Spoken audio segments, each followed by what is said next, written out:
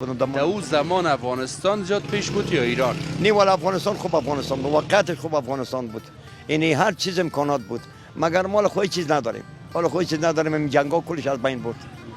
این جنگا کلش از بین برد. جنگ نامش بد است. خب نام جنگ بد است. 40 سال در افغانستان جنگ شد. چی ماند برای ما شما؟ چی زندگی ماند؟ همین طفلایی که نو پیدا شد 40 ساله شد اون دم جنگ کلان شده. او کسایی که جوان بودی سفید شد در جنگ کلان شده. دیگه چی ماند برای افغانستان؟ پیشتر امروز یک بچگه گپ میزدم، گفت که پدر و مادر نداره. امروز خاله‌اش زندگی میکنه. یک کمک که تکلیفه که عصبیام شاید داشت. باز من گفتم ببینید 40 سال 45 سال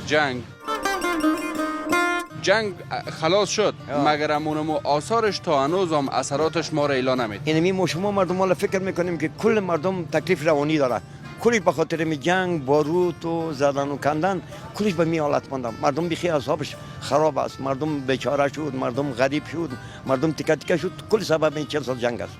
اگر افغانستان ترقی بود، افغانستان خوب افغانستان بود. اما بدبختی که آمد دیگه اون آمده دیگه. بدبختی که آمد کسی را نمیشناسه. کسی را نمیشناسه دیگه. بسیار تشکر کاکا. خوش باشین. با ما خوش باشین. چای اگر میخورین چای یک روز دیگه میایم. خوش باشین. خداحافظ.